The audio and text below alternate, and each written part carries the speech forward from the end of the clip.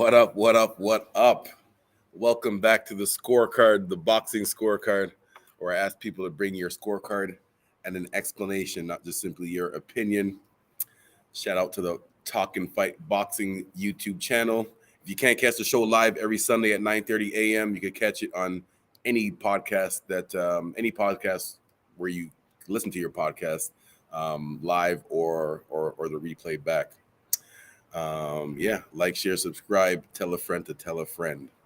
All right, man, let's get right into it. Great night of fights last night. Great night of fights. Shout out to my boy Randy for hosting the fight party. All right, let's get right into it. So first, we had one of the best women's boxing cards of all time. I was very proud to say it, as that it's been a while since I've been this excited to watch some. Just in general, the female boxing, the level of the skill level of the females has risen over the past couple of years, and especially this year, earlier with Katie Taylor and Amanda Serrano, and just in general, females they're really stepping it up. They're really stepping it up. So we had Claressa, the GOAT Shields versus Savannah Marshall. Now these two have had a rivalry, a so-called rivalry since the amateurs. Claressa Shields she can definitely self-proclaim herself, not just self-proclaim, like she legit is the greatest women's boxer of all time because of her statistics, as I pull them up real quick. Two-time Olympic gold medalist, two-time world champion gold medalist. She has a 63 fight win streak. 63 fights in a row she's won. 13 anyways, a bunch of division world champions as a professional. Where is it? I'm trying to pull it up right now. Of course I can't find it on the spot. Anyways, greatest women's of all time. Savannah Marshall, however, is the only person to beat Claressa in the amateur ranks or professional ranks. And there's never been a boxer that has lived off of their off of an amateur win more than Savannah Marshall. The lead up to this, all they ever kept saying, not just the lead up to this, for the past couple of years, all they ever said as these two were coming up, whenever Savannah Marshall's name would come up, they would mention how she beat Clarissa, and that's the fight to be made. And so it was finally made. Now, let me stop talking and actually give you my scorecard, because that's what you guys are here for, right? So the official scorecard, where do we have it? I know one of the judges, I had it the same as one of the judges, and then the two other ones were just slightly different. Let me pull this up here. Of course, it's going to make me look bad and not have anything up. So the official scorecard for Claressa and Savannah was, anyways, my scorecard was 96-94. It was a close fight, a lot of close rounds. And where is it? Of course, I can't pull it up. All right. Oh, yeah, here we go. 96-94. That was my scorecard. 97-93 and 97-93. Yeah, man, it was a great scrap. Now, for my specific scorecard, and anybody listening, please put up your scorecards in the chat. I'm just gonna get off mine real quick, and then we'll get to the comments. So I had 1, 2, 3, 4, 5 rounds marked as close rounds. And once again, if you mark it as a close round, that means it could have went either way. All right. So round 1, I gave to Claressa. I marked the first 2 rounds. I marked as close rounds. Round 1, I marked as for Claressa. My notes for round 1: Marshall was coming forward with good jabs and good touch punches. You could tell there wasn't too much meaning on them. With that being said, just because they don't, and I'm gonna talk about this after. Claressa mentioned something after the fight that something that people don't really think about when you're watching it on TV, or even a coach in the corner. So Marshall just looked like she was just throwing touch punches with Claressa. So it didn't look that effective. Claressa came with a big combination, one or two big combinations that first round, and I just believe she landed more cleaner punches in that third round. So that's why I gave it. That's why I gave it to Clarissa. Second round, I gave to Savannah Marshall. I also marked it as a close round. It was very close. Marshall landed the cleaner right hands, and made Clarissa move back. Clarissa usually doesn't fight going backwards. She can, but she usually doesn't fight going backwards unless you force her to. And Savannah Marshall forced Clarissa to move back in that third round. Round number three, I gave to Clarissa. My notes for round 3 was Clarissa landed cleaner. Marshall was still coming forward, but taking a lot of punches. Her face is red already. Yeah, Savannah's face, like her face started to look red starting from the third round. Her face and her arms from when she was blocking. So you can tell the punches that were landing. Because her arms were a little bit red, but her face was red too. You saw the difference in the color there. Round number 4, I gave to Clarissa. Notes for round 4. That was the clearest round that I thought Clarissa won. Marshall's coaches asked her, that's why I always like to listen. I like to listen to the coaches in between rounds because I like to listen to hear what the coaches are saying, the instructions that the coaches are giving, and then I want to see if the boxer is actually going to follow through on those instructions. But I wasn't a big fan of Marshall's coaches' instructions in between rounds. Quick side note, if you didn't know, Savannah Marshall's head coach is Peter Fury, who is Tyson Fury's brother, or not his dad, but his brother or something like that. But they said he asked her, Marshall. Yeah, they looked like they were there was no urgency in it was only the third round, so you didn't have to panic, but they didn't really seem like, telling her to come on a little bit more. He actually asked her, "Are you okay? How do you feel?" That's not really, you don't really ask them, "Are you okay? How do you feel?" You want to give specific instructions on what to adjust if they need to adjust. So I don't know. That was just my little side note about the coaching there. Round number 5, I marked it as a close round. I gave that round to Clarissa. My notes for round 5, better exchanges from Clarissa. Round 6 and 7, I gave to Savannah Marshall. My notes for round 6, Clarissa held on a few times, looked tired or hurt. But yes, that was a little bit concerning. Oh, that's why. Clarissa held on. My notes for round 6 was Clarissa held a few times and looked tired or hurt. And I'm glad that I observed that, because after the fight, in the post-fight interview, that's another reason why it's if you're a real fight fan, you should pay attention to the post-fight interviews when they're inside the ring, but also the post-fight press conferences. Because a lot of times they tell that the fighters will say things that will give you more details, like on why the fight went the way it did. So it's very, if you're a real fight fan, pay attention to the post-fight interview for any bullshit excuses, but also for the fighters' detailed analysis on why certain things went in the fight. There's a specific reason why I bring that up. As I said, in round 6, I said Clarissa, she looks like she's holding on a little bit extra. She's either tired or she's hurt. After the fight, Clarissa said that she couldn't barely see out of her right eye from round 6 to 10 because Savannah hit her so hard. And that brings back to my point, what I said at the beginning. Sometimes when you're just watching it on TV, you might think, like, why is this person doing that? Why wouldn't they just do more? Like, how come, you need to do more? Clarissa just said she hit her so hard, but it didn't look like she was getting touched up, but it didn't look like she got hit with any like significant punch that made her head rock back. Like she didn't, her head didn't snap back or anything like that. So again, watching it on TV, it didn't look like it hit hard, but Clarissa said herself she couldn't see out of her eye from round 6 to 10, and that is the reason why she held on a little bit extra in that 6th round. So that makes sense there. And those are the punches. Those are the boxers that are kind of not scary, but you really have to be careful for, because someone, for example, like who either Deontay Wilder, perfect example. Everybody knows how hard he hits. That's no secret.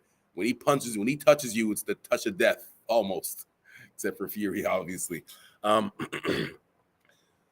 there's other boxers that when they throw their punches, they don't look hard. So you might think you can take a little bit of extra chance and come closer, and then you catch a hot one walking into something, and it's a different story. Round 7, I didn't mark any notes for round 7, but I gave that one to Savannah. Going into round 8, so 3 rounds left, I got it 77-75 for Clarissa, so it was close. Round 8, I marked it as a close round. I gave that round to Clarissa. My notes for round 8 was Clarissa, barely for Clarissa. She landed the harder combinations, but Marshall's pressure. Savannah Marshall has that long distance pressure. Shout out to my one of my former boxers, 3-time national champion, Dinesh Chaffee. She reminded me of something last night when I was watching this Savannah fight. And I talked to her after the fight. I said, Savannah has Dinesh's long distance cardio. You know, Dinesh she's not gonna beat you in a quick sprint, but if she's so consistent that she will catch up to you. If we're doing a long distance, eventually she will catch up to you, and that's what it looked like Savannah was doing in that 7th round. It looked like her long run cardio pressure was getting to Clarissa. I don't know if she does long runs for her cardio, but whatever she does for her cardio, it is very good because it was showing. Round 9, I gave to Clarissa.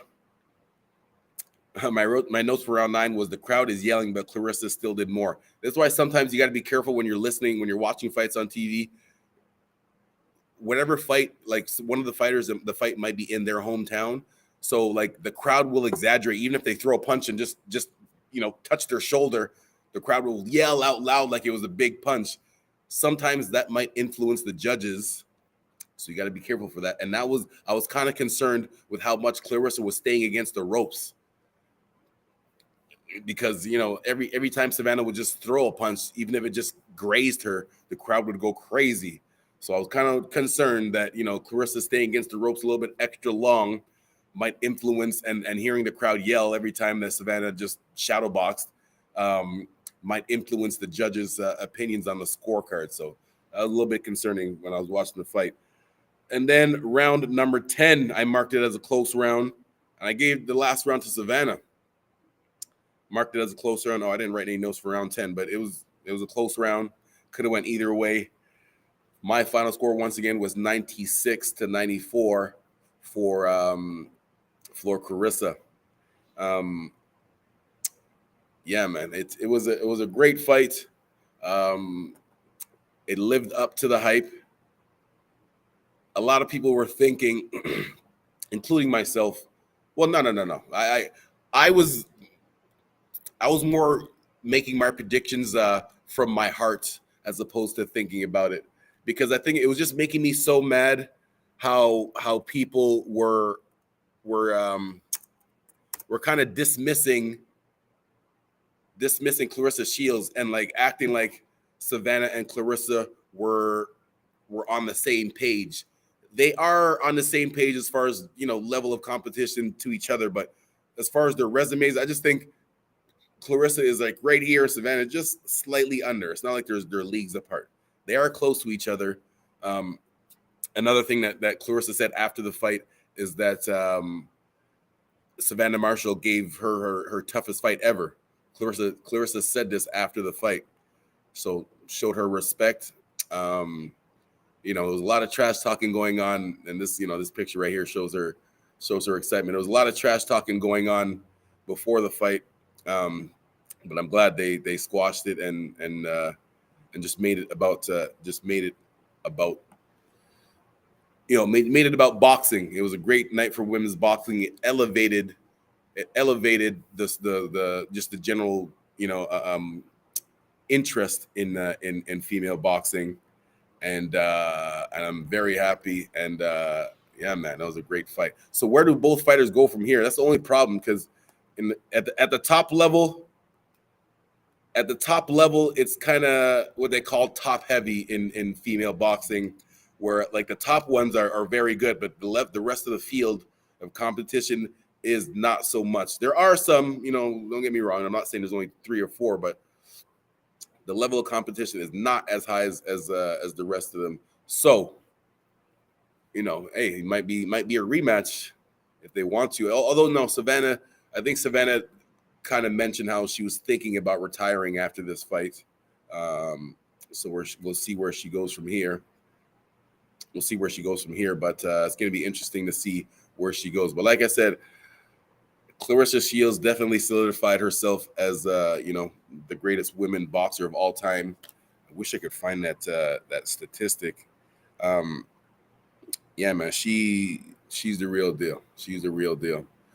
From when she was an amateur, let me find that picture. I had a picture of when she was an amateur when she came to Windsor. From when she was an amateur up until now, she's, and even when it comes to her record, people were trying to compare their records, their between Savannah and Clarissa. Man, Clarissa's professional debut was against Franchon Cruz, who right now is considered, as far as the female boxing pound for pound, one of the best ones out there. So, you know what I'm saying? Clarissa, she's up there, man. Shout out to Mary Spencer too, who was slowly climbing up in the ranks, and that might be a rematch that we'll see in the future. Clarissa beat Mary Spencer in the amateurs. So right now, Mary's I think she's only 6-0 or 7-0 or something like that, but they're fast tracking her. So it's going to be interesting to see in a year or two from now, Mary against Clarissa again, or Mary against Savannah if she decides to keep fighting. What other stats do I have to pull up? That's it, I guess, for that fight. Nobody got any scorecards or any comments? No comments yet. All right, let's move on to the next one. Please put up the next slides. Yes, there we go. Thank you very much. Thank you very much. We had Alycia Baumgardner, as I pull up my scorecard here. Mikaela Mayer versus Alycia Baumgardner. And I always mention, it's always a good fight. It's always a good fight when the two people don't like each other in real life. Sometimes, people will talk trash, leading up to the fight when you're doing press conferences and you're going to different cities trying to promote the fight. A lot of times on the mic, the two opponents will talk trash to each other. They don't really not like each other, but they're just trying to hype up the fight, get some more interest in the fight by talking trash about each other. But sometimes it actually is genuine not liking of the other person. And this was the case here between Alycia and Mikaela. These two, they almost got into a physical altercation at the weigh-ins and the press conferences leading up to it. And it wasn't fake. They legit were about to get into it if the two security guards didn't separate them. So I knew this was going to be a good fight. Always, just like, quick side note, like a couple of months ago, we had Amir Khan versus Kell Brook. Now, obviously, both guys were past their prime, way past their prime, but just because they didn't like each other, like in real life, I knew it was going to be a good fight, and it was. So anyways, back to this one. The official scorecards for this one was, let's pull it up here. Official scorecard for Alycia Baumgardner and Mikaela Mayer was 96-95 and 97-93. 96-95 is kind of off. I think this was the match where one of the judges marked like two of the rounds as 10-10 rounds, which is very rare. A 10-10 round is when you really can't say who is the winner because it was that close. Generally, you try to not make it a 10-10 round because obviously if you score every round 10-10, you can have a draw, obviously. But so you're trying to avoid that. You try to give one person the winner and give your explanation, not just go eeny, meeny, miny, mo. Have a little bit of an explanation. So anyways, my specific scorecard for this one was, my official scorecard for this, just like the last one, was 96-94 for Alycia Baumgardner. As you can see them face to face here. Yeah, I mean, these two really did not like each other.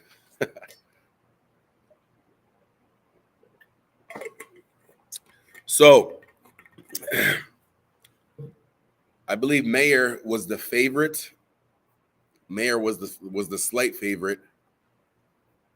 But Alycia, she's tough, man. She trains over about a half an hour across the border here.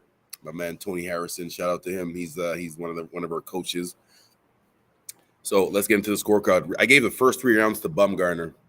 My notes for round 1: Alycia landed cleaner and looks more comfortable.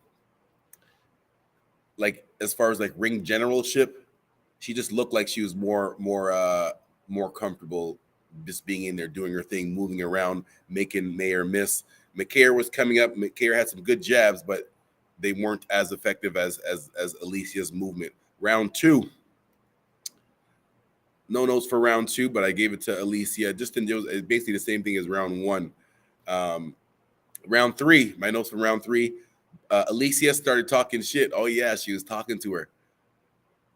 That's the thing, man. It's if you're talking trash, you need to be extra confident because it just makes you look bad. You talk all that trash, and then if you get stopped or you lose, you just makes you look stupid, right? Anyways, 3rd round, Alycia started talking trash to her, and she was looking good at the same time. Mayer was landing jabs, but nothing else. Like Mayer, she was making good use of her jab, but she wasn't following through with a right hand or anything like that. Alycia landing different punches from different angles. That was a good jab landed here by Mikaela Mayer. Round 3, just did round 3. Round 4. So the first 3 rounds I gave to Alycia. The next 3 rounds I gave to Mikaela Mayer. And none of these, I didn't even mark any of these as close rounds. Round 4, Mayer did more of that round. Alycia more smiling, but not action. Mayer throwing more. Yeah, see, that's the thing. And that's a perfect pick. See the sweat flying from that punch landed right there. Mayer picked it up in that 4th round. I just told you in the last round when Alycia was smiling and talking a little bit of extra trash. You know, I think that might have got to her head thinking that, you know, the fight was over. Not the fight was over, but she kind of got in a coasting mode, and Mikaela kind of took advantage of that and did more. So I gave Mikaela that 4th round. Round number 5, I also gave to Mikaela Mayer. Mayer using her jab more to land more right hands, fighting smarter. Yeah, I thought round 5 was clear. Mayer was just doing her thing, was boxing much smarter in that 5th round, using her jab, but she was already using her jab, but following through with other punches after that. Round 6, I also gave to Mikaela Mayer. So going into round 6, it's a tied 57-57. Round 6, Mayer is slowly taking over this fight. Going into 6th, they showed the punches landed. Mayer is slowly doing more. So going into the 6th round, they showed the punch stats at the bottom of the screen, and you could see each round how Mikaela Mayer's punches landed were increasing each round. Punches, I can't remember if it's punches thrown or landed, but it was increasing each round, and Alycia was kind of staying the same. Yeah. And then Alycia decided to flip that switch and pick it up a little bit. Round 7, I gave to Alycia. She landed cleaner and made Mayer's she made Mayer's head snap back. So Alycia decided to really sit down on her punches, use your legs, landed. It might have been that right hand right there, and made Mikaela Mayer's head like snap back. That was probably the cleanest punch of the fight.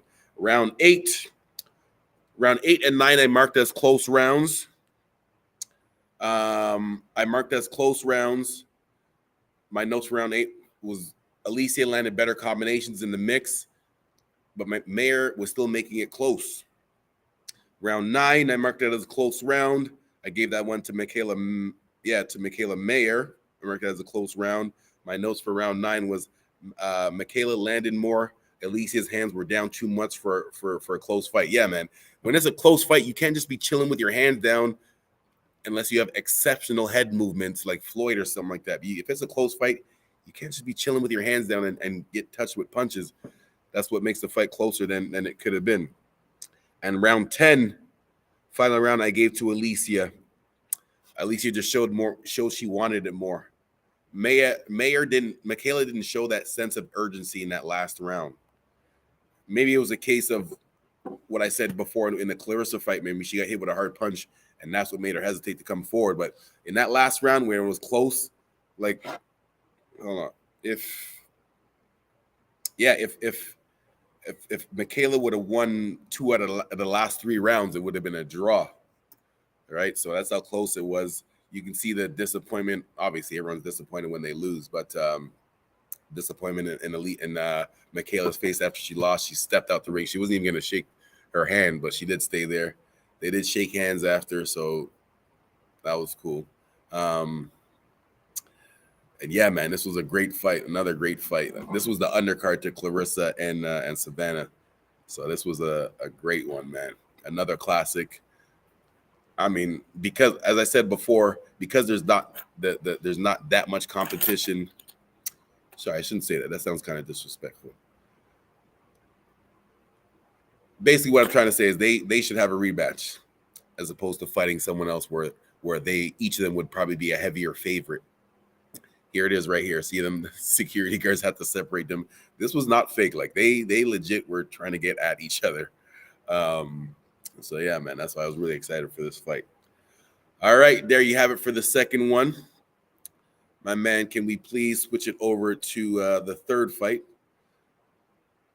which was Caleb Plant versus one of the Dirrell brothers. Versus Anthony Dirrell. Caleb Plant versus Anthony Dirrell.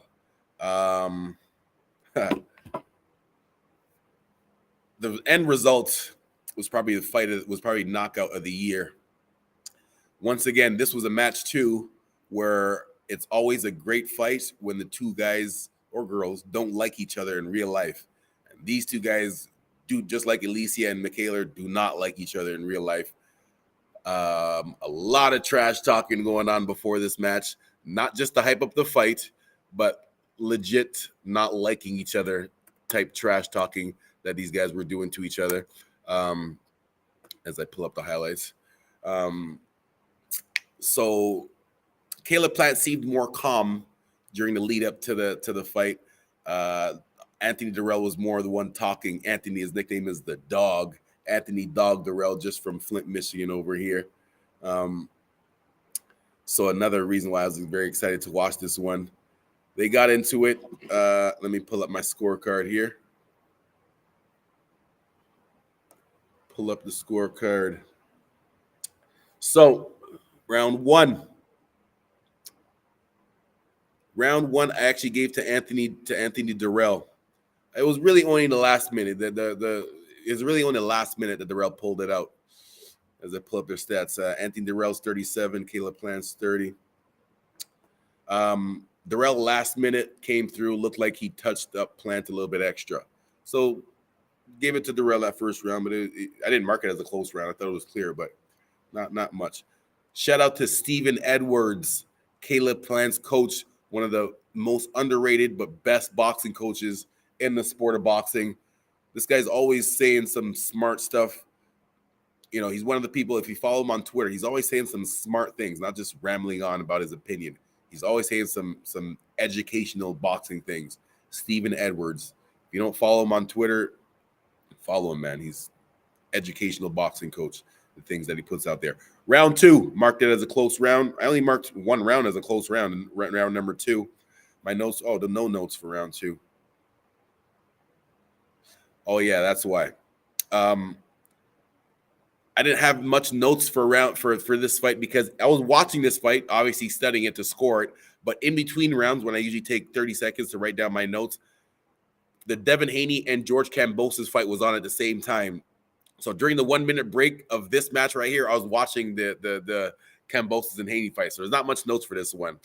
No notes for the second round. Round three, I marked it. Round 3, 4, 5, 6, 7, 8. The whole rest of the fight, I marked it for Caleb Plant. I didn't even realize that at the time. Round 4, no notes for anything. But round 6, I put up total punches landed going into round 6 was Caleb Plant 60, Andre Dirrell 42. What other stats? Round 7, Dirrell complaining to the ref too much. Like that's kind of a sign that you know you're not doing good when every 30 seconds you're holding on and looking to the referee and talking to the referee to come help you. It's not a good sign that you're doing good. What else we got? Anyways, that was it for my notes because I was busy watching in between rounds. I was watching this fight, but in between rounds, watching Haney and Kambosos. And then round 9, here it is right here, the knockout of the year. Well, this is a little bit of recency bias for me because I just watched it last night. Off the top of my head, I'm sure there was other knockouts, big knockouts for the year. But it's October now, so I mean, there's a lot of months before that I might have slipped my mind. But right now, he gave him the what I like to call the Tyson special, to the body and then to the head with the same hand. Obviously, Mike Tyson is not the first person to ever do this, but during my time growing up, he was the best at it. That's why I call it the Tyson special. And Dirrell was down for a couple of minutes.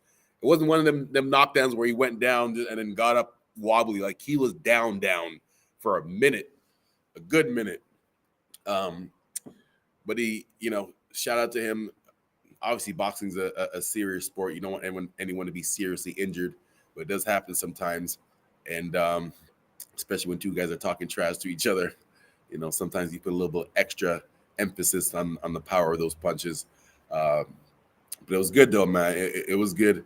I'm not sure if they showed respect to each other after the fight. Probably not, because after when Dirrell was still laying on the ground, Caleb Plant, and it's going to come up in one of these pictures here, he did the motion of like digging dirt and like burying, when you bury someone, digging in the dirt. He was doing that sign when Dirrell was still lying on the ground after the fight. So,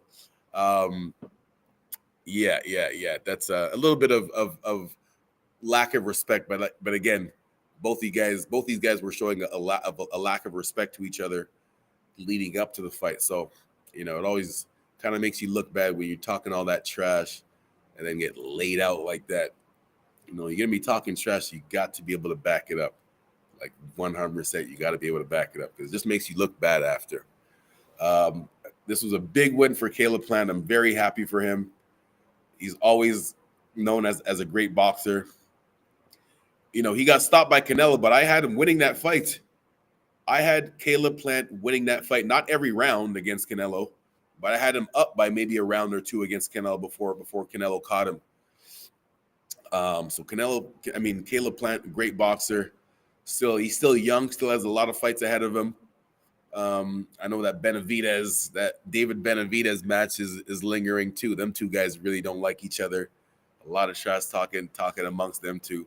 So that's going to be interesting there. So how about Caleb Plant versus David Benavidez, or Caleb Plant versus Charlo? Them two guys are talking a lot of trash to each other too.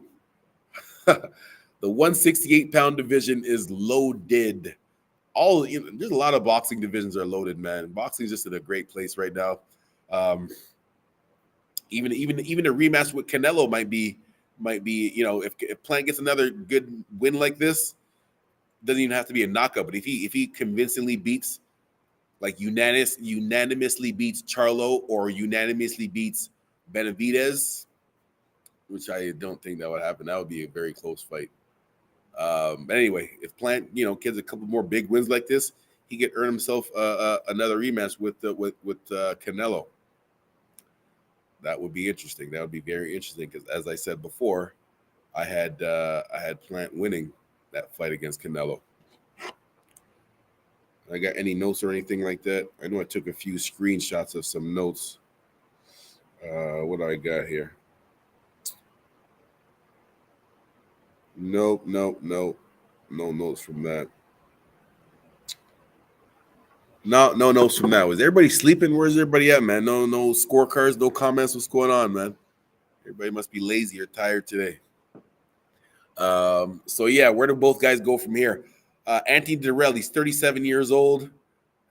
As I say all the time, 37 is not old in real life, but it's old in athlete age. So I'm not sure how much more fights he has in him. He didn't look bad up until he got stopped. Like, he was in the fight. Well, sorry.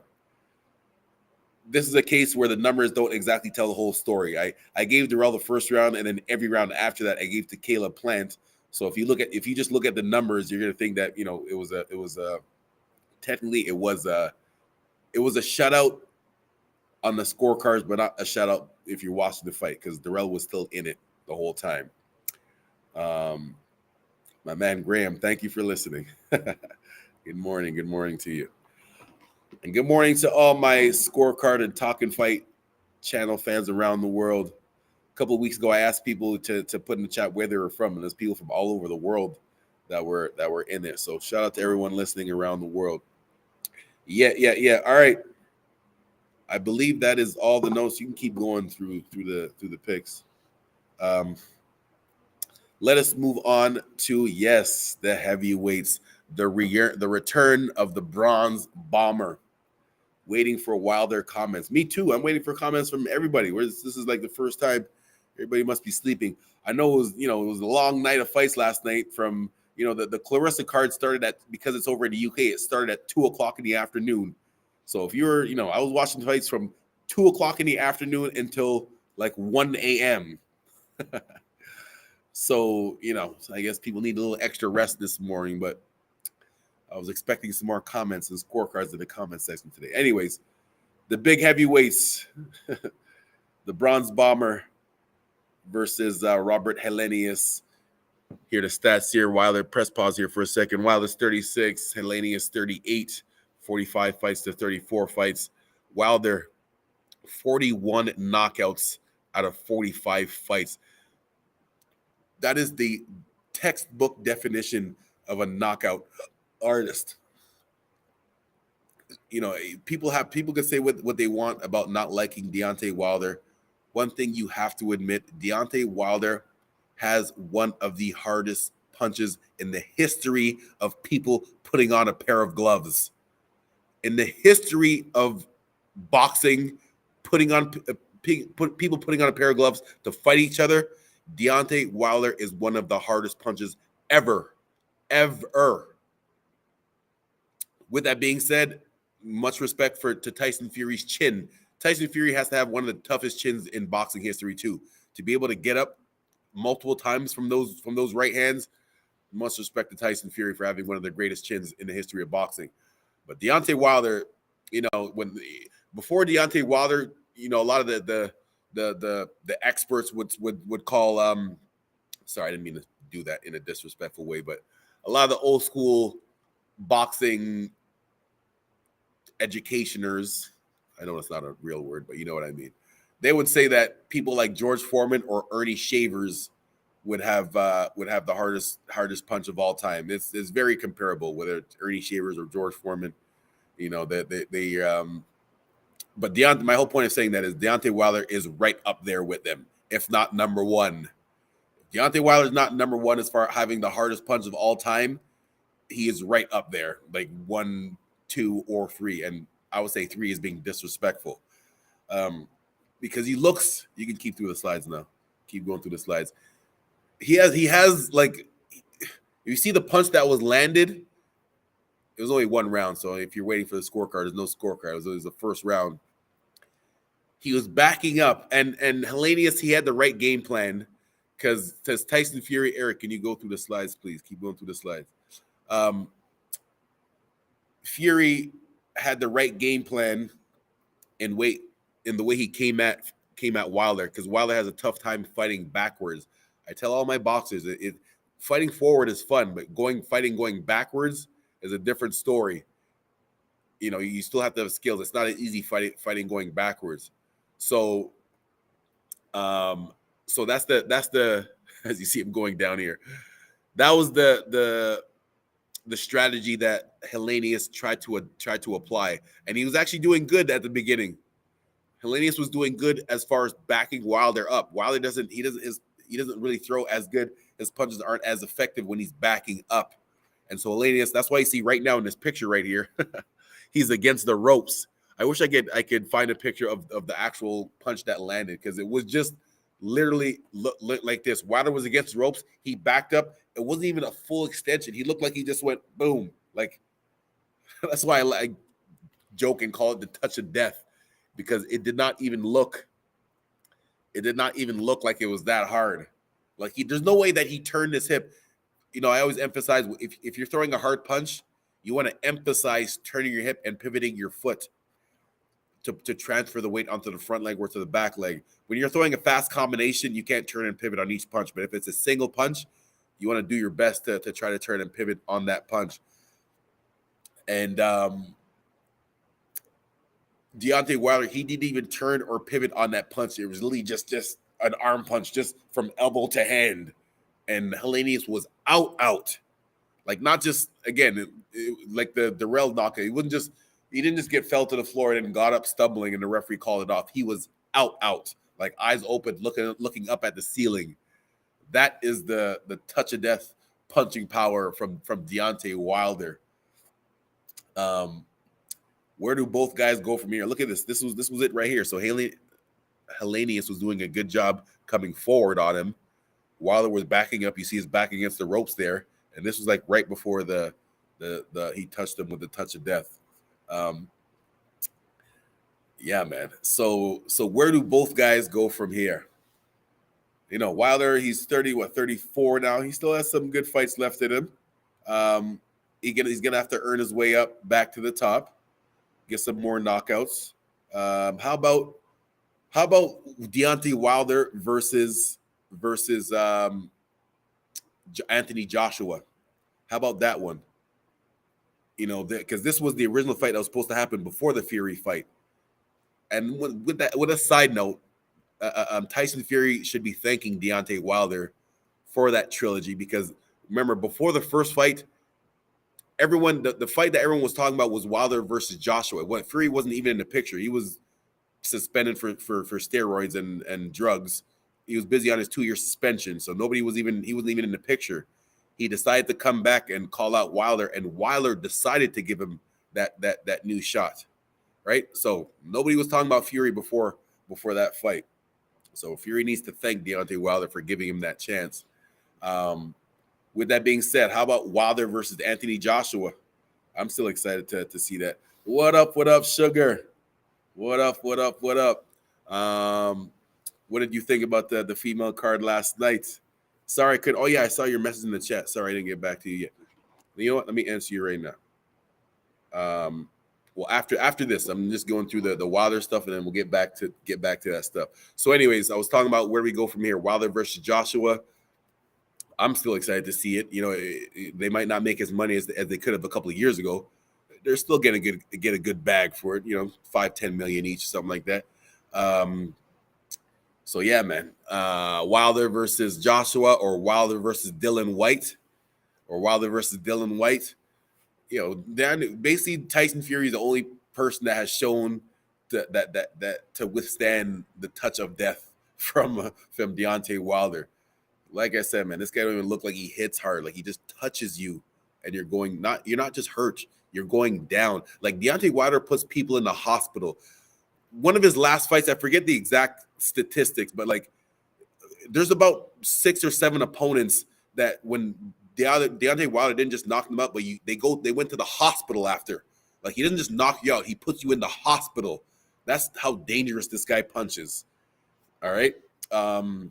So yeah, man. So it's gonna be interesting to see where Deontay Wilder goes from here. But that was a big win, a good confidence booster for him.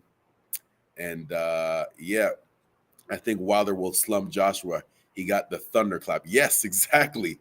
That thunderclap. I like that word. He does, man. So, and it comes out of nowhere. Just like, you know, sometimes it's just raining. You don't know when the thunder is coming, right? When it's raining outside, it's just blah blah blah, and then boom. That's the thunderclap. That's what Deontay Wilder has, the bronze bomber. Yeah. And there you have it. I forgot to add some pictures. I guess you can just put me on the screen now. I forgot to add pictures for Haney and Kambosos. But it was, you know, shout out to Kambosos. He put up a little bit of a better fight than last time. It was still unanimous from what I saw. Like I said, that the Haney and Kambosos fight was on at the same time as the Plant and Dirrell fight.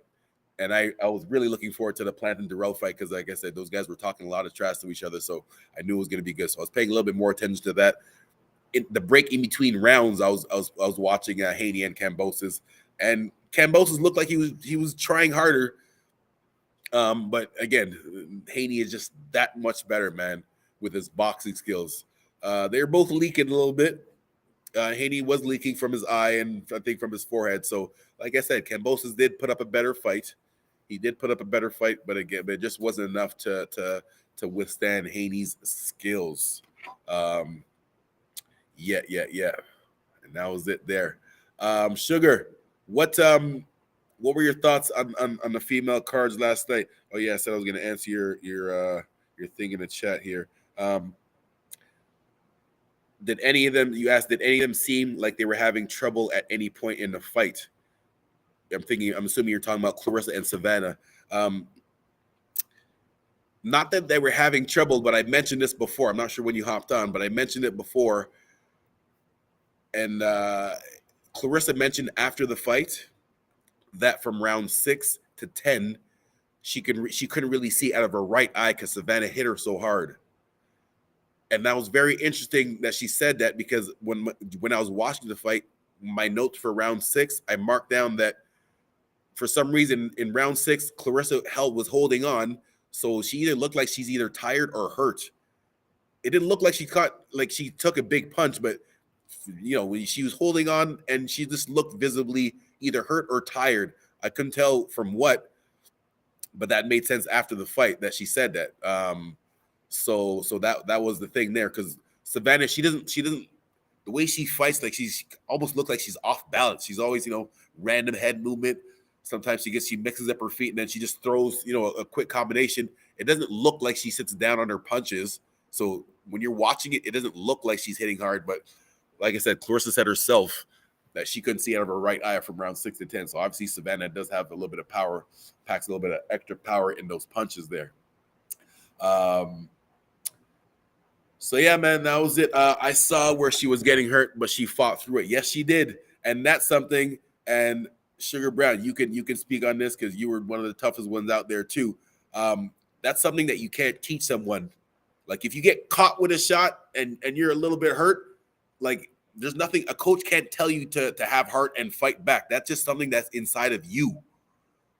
To get caught, weather the storm, and still have the confidence to come back at the person. That's next level mental strength and next level heart inside you to do that. So shout out to Clarissa. Marshall got leverage. Yes, she does.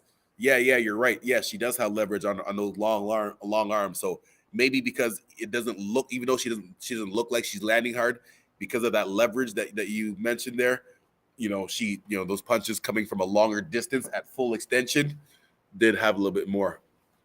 I didn't realize how much bigger Marshall is. Yeah. She's about a couple inches bigger than Clarissa.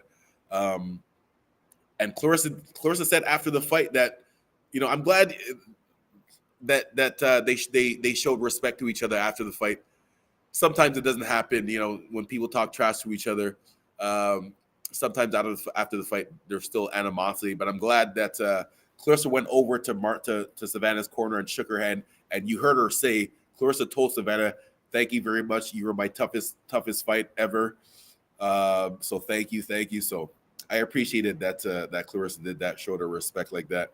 Marshall was using her weight on Shields. Yes, she was. I mentioned before, I was kind of concerned the way that Clarissa was chilling against the ropes too much, especially being in the UK. Every time Savannah would just shadow box and punch, the crowd would go crazy. So you got to be careful with how much that would influence the judges. So I was kind of concerned that would influence the judges a little bit in between. Nah, man, arms, legs, everything. Yes. Arms, legs, everything. I hear you, Sugar. The chat, Sugar Brown, thank you for commenting in the chat today. So yeah, shout out to Graham. Shout out to Natalie Sugar Brown for commenting. Thank you very much for getting up early and participating in the show. Greatly appreciated. Greatly appreciated to everyone at home watching and like I said, if you can't catch the show live every Sunday at 9:30, you could catch it on any podcast that you listen to. Catch the replay. Shout out to the Talk and Fight channel. Shout out to the Sugar. Shout out to the Sugar Boxing Show every Wednesday, 7:30 p.m. She'll give you the lowdown on women's boxing and boxing general. Shout out to the champ. Shout out to all the shows on the Talk and Fight Boxing channel, YouTube channel. And as I said, this is the reason that makes the Talk and Fight Boxing channel, YouTube channel different than all the other channels out there. Most other channels, they just have like one host, or not one host, but it's just the same people talking all the time. So the significant thing about this YouTube channel, we have about different shows with different people giving their different opinion about different topics about boxing. That's why the Talk and Fight channel should be your number one source for boxing. Yeah. You can hit me up on any social media at Cedric Sports or Cedric Sports Training on YouTube. So yeah, thank you very much for participating. Tell a friend to tell a friend, and I will see you guys next week. All right, peace.